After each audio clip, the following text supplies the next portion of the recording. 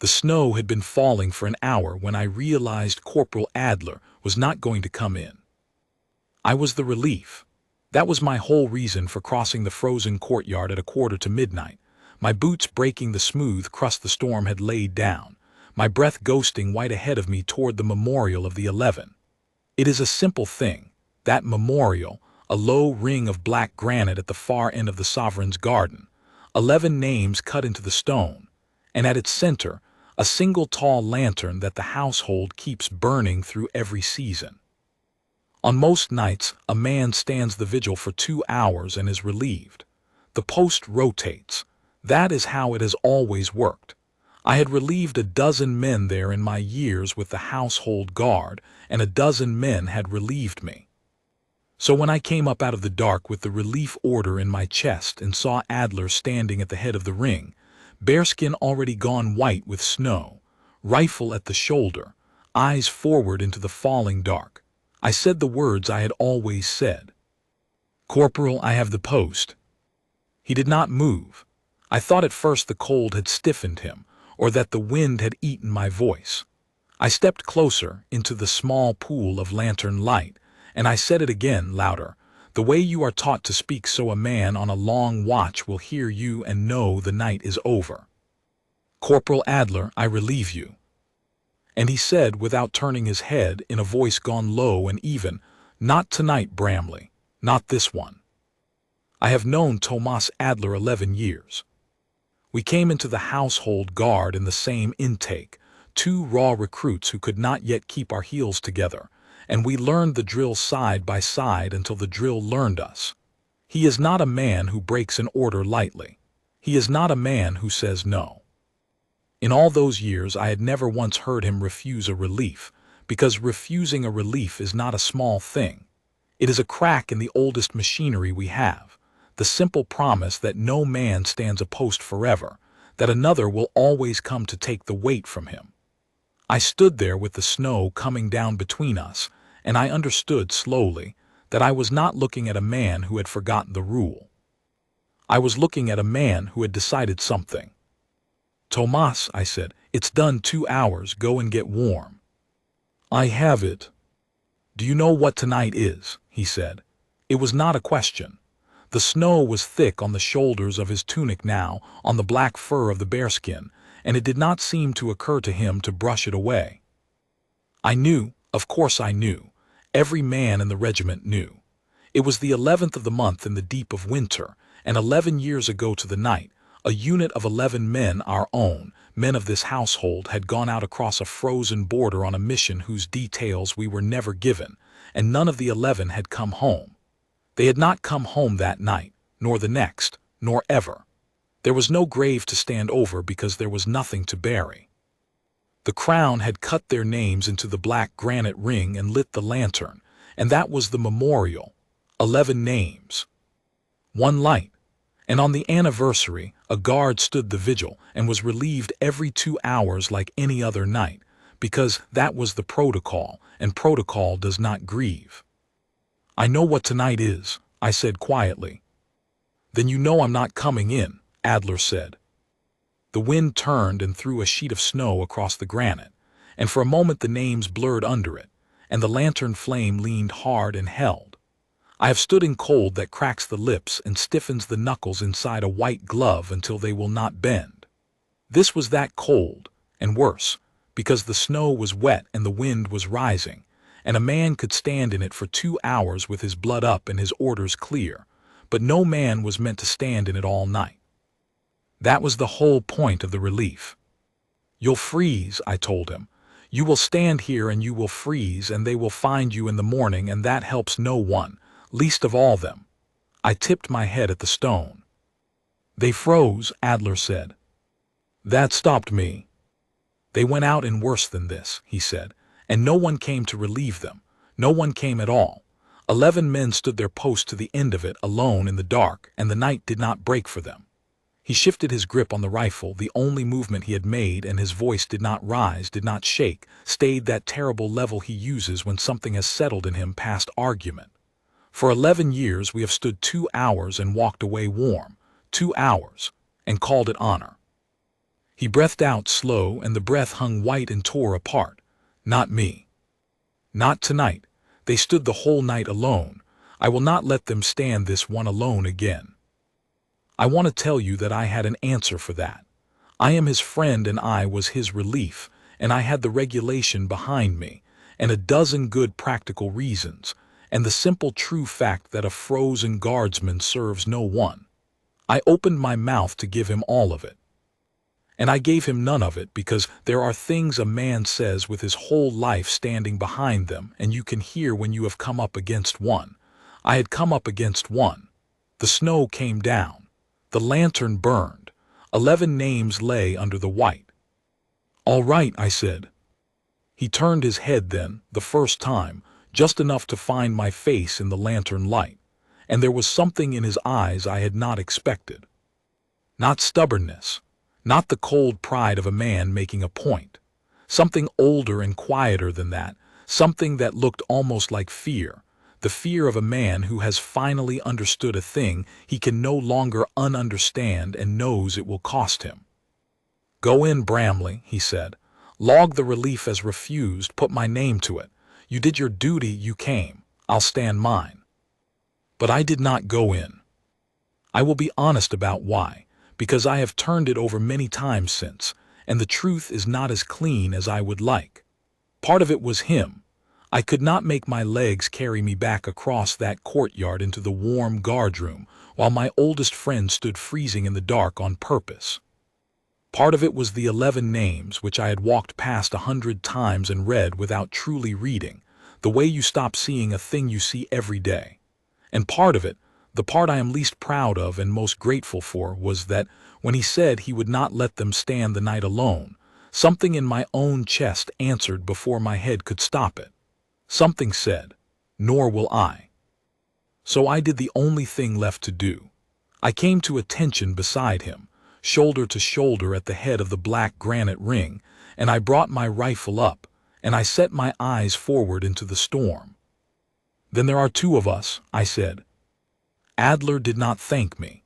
That is not our way, and it would have been wrong. He only let out a breath that was not quite steady and squared his shoulders, and we stood. The snow fell on us both. The lantern leaned and held.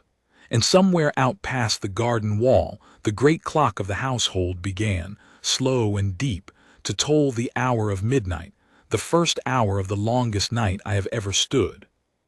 I did not yet know how long it would be. I did not know who would come, or what it would cost him, or that before the night was over the whole house would be awake, and the whole country would know the name of a memorial most of them had never heard of. I knew only that the relief had been refused, and that I had refused to leave, and that the 11 would not stand this night alone. The first hour is the easiest. A man can stand the first hour on pride alone. We did not speak. Speaking is not the work of a vigil, and besides, the cold takes the want of it out of you soon enough.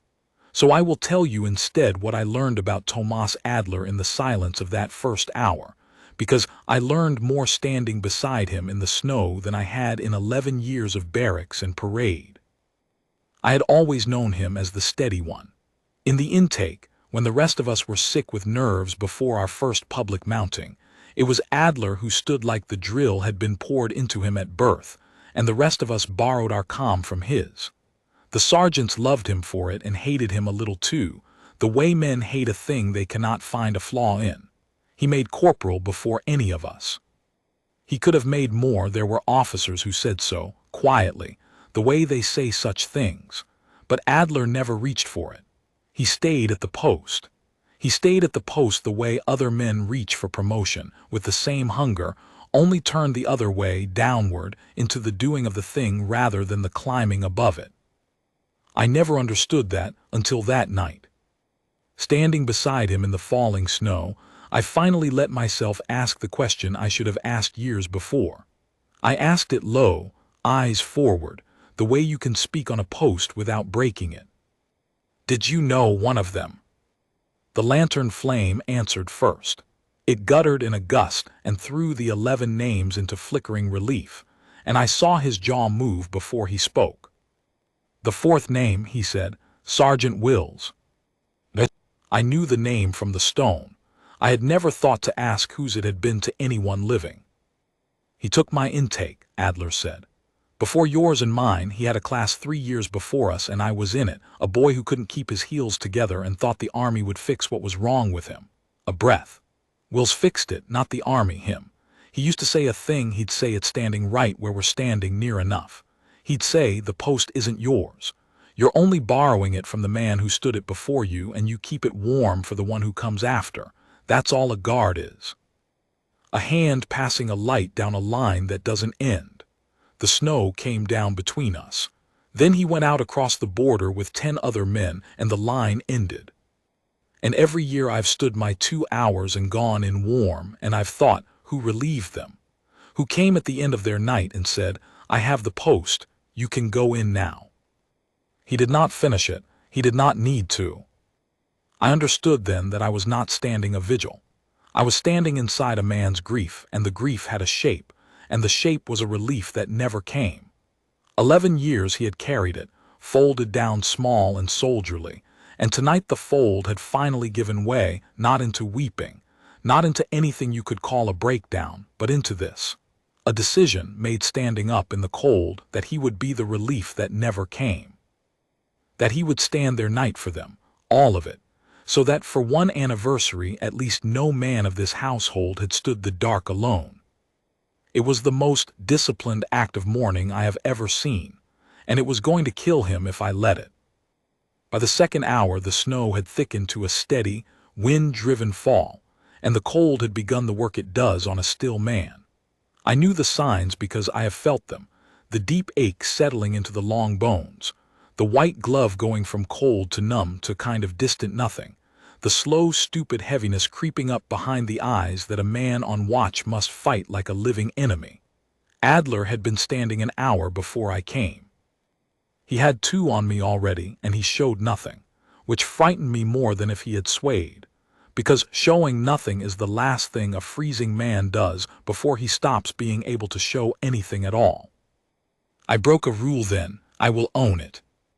I shifted my weight enough to bring my shoulder against his, the barest pressure, arm to arm through 2 layers of frozen wool, so that some small fraction of what heat we had left might pass between us, and so that I would feel it the moment he began to go. He felt it, he did not pull away. You don't have to, he said. I know, I said, eyes forward, Corporal. The faintest thing moved at the corner of his mouth, not a smile. We were past smiling, but something that loosened just slightly the iron of him.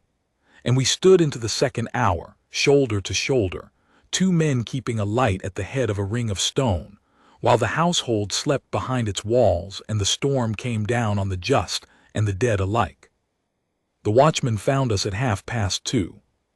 He was an old fellow named Penn who walks the garden paths through the night with a lamp and a heavy coat, checking the doors, a man I had passed 100 times with a nod. He came up the path with his lamp swinging and stopped dead when its light fell across the 2 of us at the memorial, snow-white from crown to boot, motionless, where there should by every rule have been 1 man freshly relieved. Here, Penn said, here now, Corporal, you were to be relieved at midnight. I logged the relief crossing myself. His old eyes went from Adler to me and back, and the confusion in them turned slowly to something else. Why are there 2 of you? The relief was refused, I said. Refused.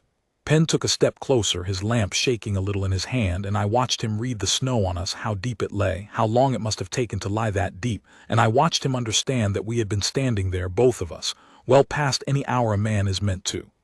You'll freeze, he said, and it came out of him almost as a plea. The pair of you, you'll freeze standing here. Come in.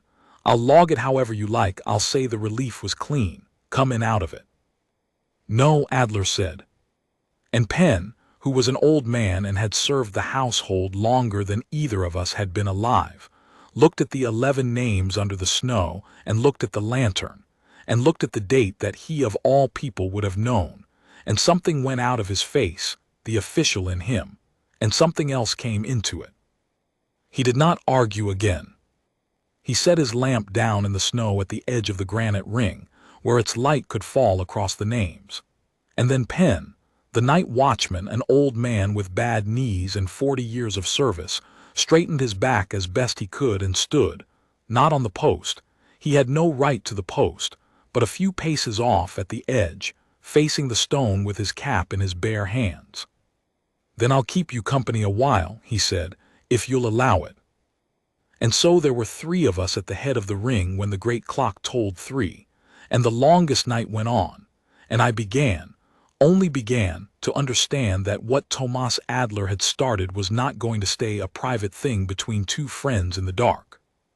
The orderly officer came at 20 past 3.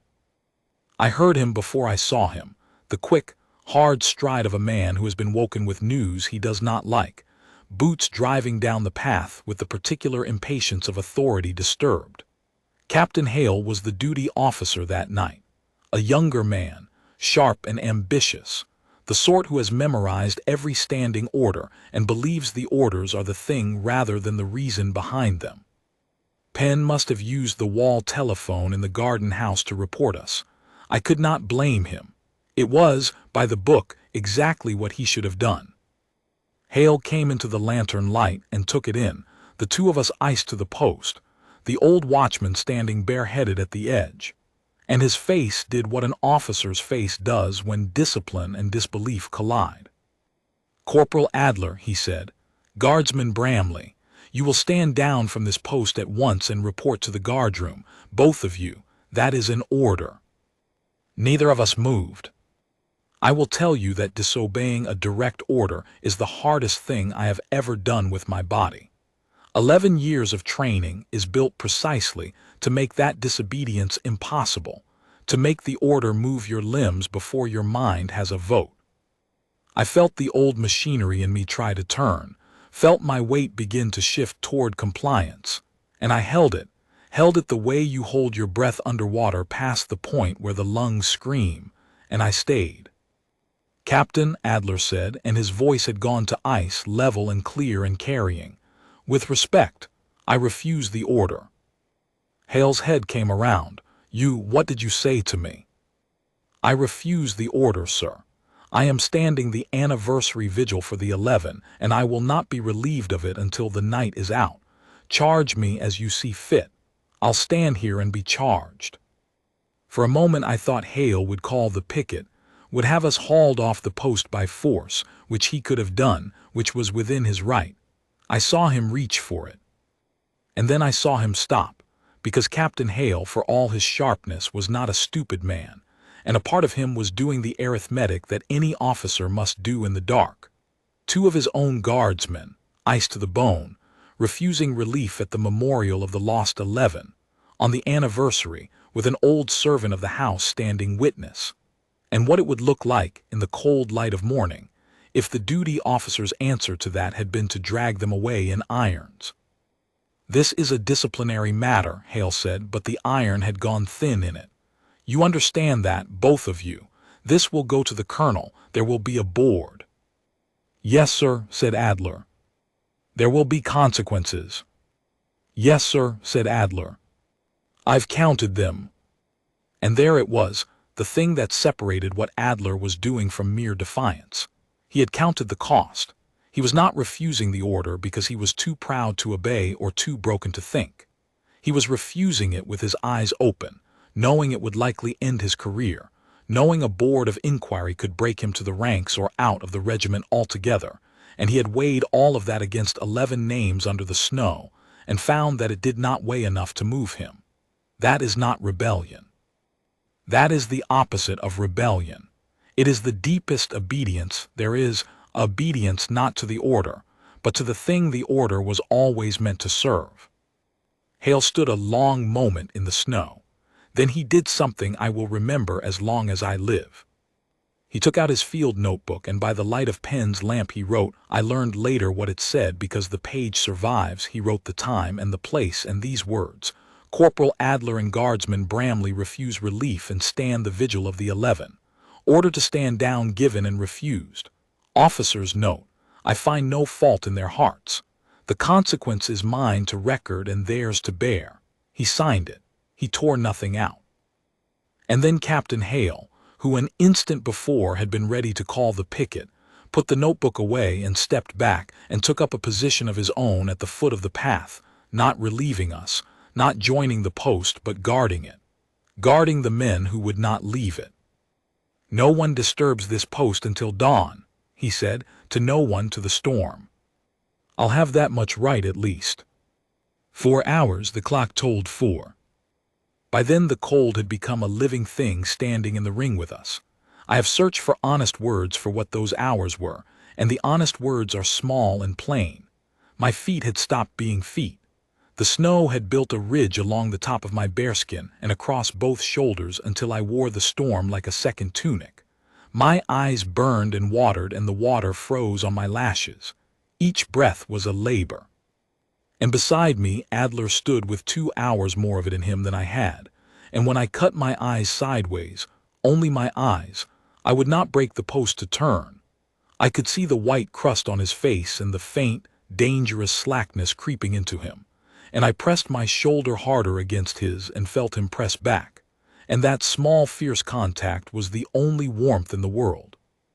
"Talk to me," I said, low, eyes forward. "Stay with me, Tomas, talk." "Tell me a thing," he said, and his voice had gone slow. "Tell me a good thing from the intake, the early days." So I talked. I dredged up the foolish, glad things. The day he and I had both fallen out of step in front of the regimental sergeant major and been made to drill alone in the rain until we were the only 2 men in the corps who could not get it wrong. The first winter we mounted together. The small private jokes that 11 years lays down like silt.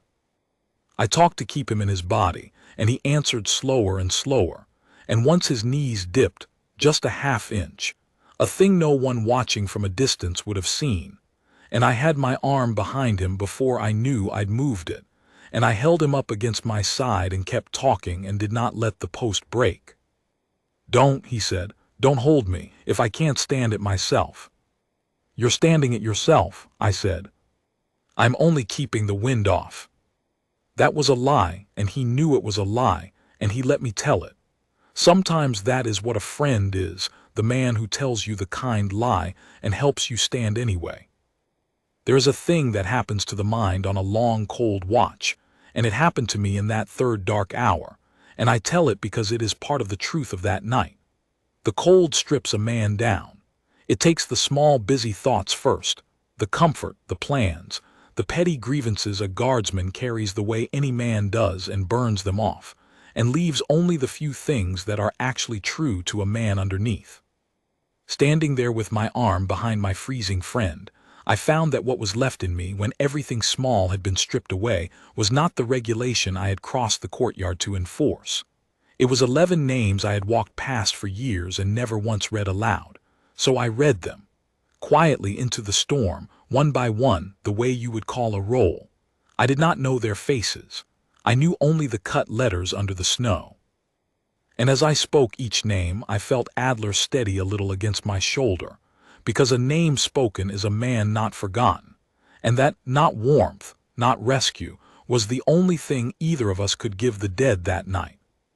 When I reached the 4th name, Wills, I felt him take a breath that shook, and I said it again, just that one, so the old sergeant who had fixed a boy the army could not fix would hear it stood over him at last. Then I went on down the ring, all 11, and started again at the top, and that became the work of the 3rd hour and the 4th, a roll called over and over into the falling dark, 2 voices now, because Adler had joined me, his words slower than mine and farther away each time around, but there. A roll for men who had answered no roll in 11 years. Then the lights came on in the house. Not all at once. First one high window, then another, then a whole wing of them, gold against the blue-black of the snow-thick dark, until the great old building behind the garden wall was awake from end to end at 4:30 in the morning when it should have been asleep. I did not understand it then. I understand it now.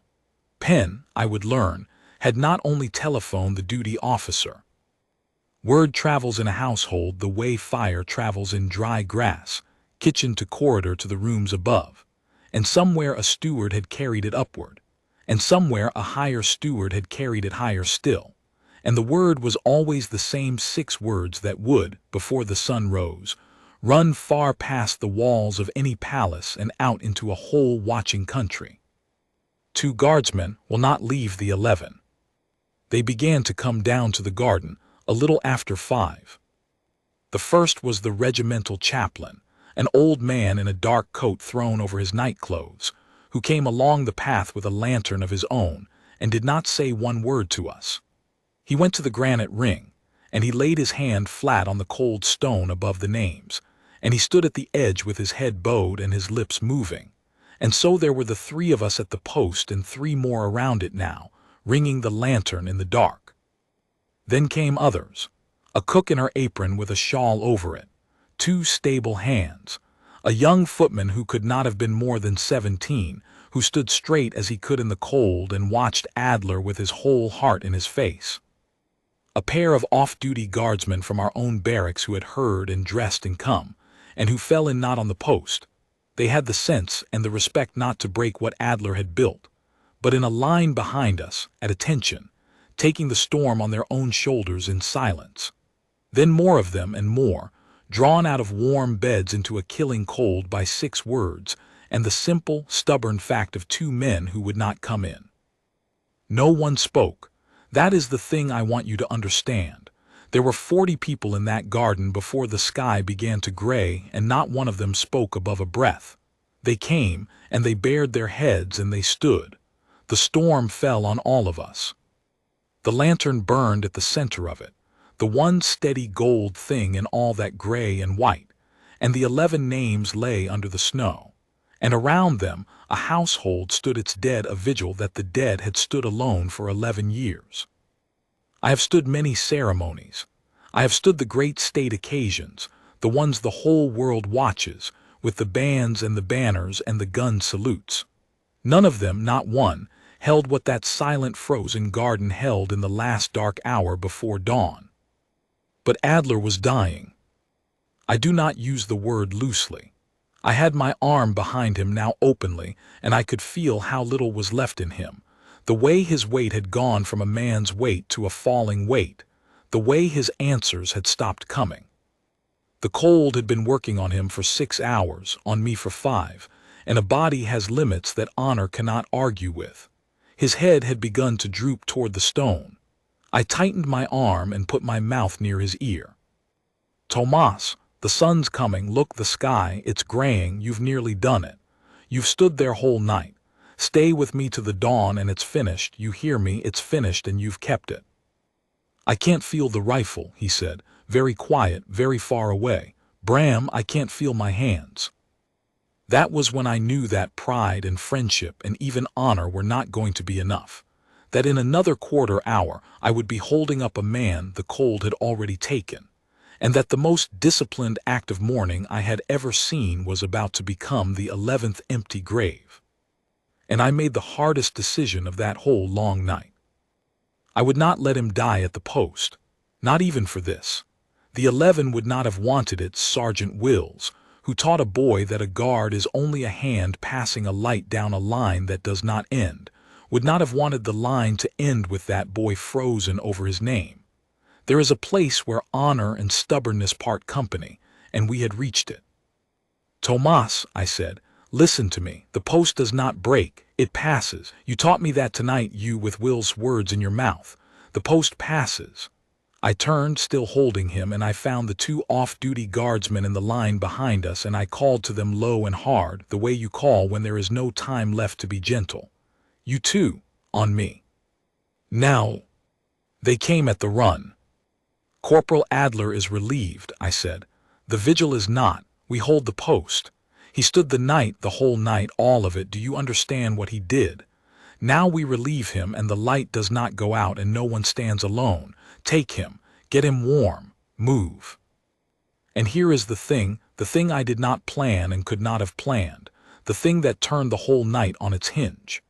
Adler heard me say the post passes, and some last clear part of him understood that I was not surrendering his vigil but completing it, carrying it on, keeping the line unbroken, and he let go. After 11 years of holding, he let go. The iron went out of him all at once, and he sagged into the arms of the men I had called. And as they took his weight, his frozen glove came up. It cost him everything he had left to lift it, and he brought it to the brim of his bearskin in a salute, not to me, not to the captain, but to the stone, to the 11 names. The salute of a man relieved at last at the end of the longest watch by the comrades who finally came. "I have the post," I said to him. "You can go in now, Corporal. You can go in." And Tomas Adler, carried between 2 guardsmen toward the lights of the house, wept the first and only time in 11 years I ever saw him do it, not from the cold and not from pain, but from the simple, unbearable relief of a man who has waited 11 years to hear those words said over the dead he loved, and has finally, by standing there whole night himself, made them true. The sun came up on a garden full of standing people. I held the post. The 2 guardsmen who had carried Adler away came back the moment they had handed him to the household physician, and they fell in beside me, and we 3 stood the dawn at the head of the ring, while the gray went pale and the pale went gold, and the first true light of the 11th morning came down across the 11 names and lit them one by one. The snow had stopped at last. The world was white and silent and very clean. And the lantern, which had burned through the whole storm and the whole night, burned on into the morning, looking small now against the sun, and no one moved to put it out. I thought that was the end of it. A long night, a hard thing done, a friend carried in alive. I thought it would stay in that garden. It did not stay in that garden. You must understand how these things travel now. The young footman who had stood the cold with his whole heart in his face, he had, sometime in the dark, lifted his telephone and made one short film of what he saw. 2 snow-white guardsmen at a memorial, an old watchman bareheaded at the edge, a captain guarding the path, a chaplain's hand on the stone, a household drawn out of its beds, standing silent in a killing cold around 11 names because 2 men would not come in. He set it loose into the world with the 6 words attached, and by the time the sun was fully up, it had run past every wall there is. By noon the whole country had seen it. I am not a man given to large words, and I will not reach for them now. I will only tell you what happened plainly, because the plain facts are larger than anything I could say about them. People I have never met and never will meet stood in their own doorways, and on their own street corners that day in the cold, bareheaded, for a minute, for the 11, for men most of them had never heard of until that morning, men whose memorial sat in a private garden behind a wall, men who had stood there last night alone 11 years before. The thing Adler had done in the dark, for an audience of no one, was suddenly being done by a whole nation in the light. The line Wills had spoken of, the hand passing the light down a line that does not end. I watched it run out past the garden wall and down the streets, and across the country in a single day, hand to hand to hand, further than that old sergeant could ever have dreamed when he said it to a boy who could not keep his heels together. And the crown, which had cut those names and lit that lantern, and then let the protocol grieve for it, changed the protocol. By order from that anniversary forward, the Vigil of the 11 would no longer be a rotation of 2-hour watches relieved and forgotten. It would be stood the whole night through by volunteers from the regiment in unbroken relief, a living chain of men, each one saying to the last, "I have the post, you can go in now," so that the 11 would never again stand a single hour of any anniversary alone. They named the order after the night that made it. They did not name it after Adler. He would not have stood for that, and they knew it. They named it after the thing itself, the standing watch. The Board of Inquiry met. Of course it met. An order had been refused, and the machinery of a great institution cannot simply look away from that, nor should it. Captain Hale stood before the colonel and read out his field note, the one he had written by lamplight in the snow and torn nothing from. I find no fault in their hearts. The consequence is mine to record and theirs to bear. And the colonel, an old man who had known Sergeant Wills when they were both young, heard the whole account and was quiet a long while, and then he did the only just thing. He recorded the refusal it had happened, the record must be true.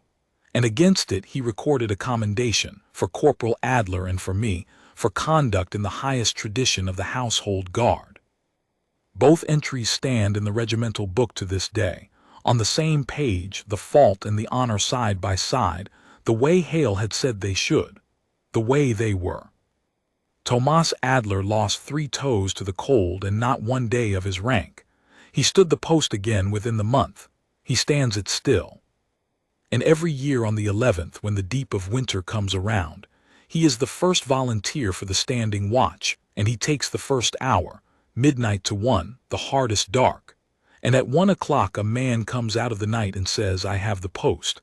And Tomas Adler goes in warm, and another man takes the cold, and another after him, all the night long, until the dawn comes up gold across 11 names, and finds the lantern still burning, and a living man still standing at the head of the ring.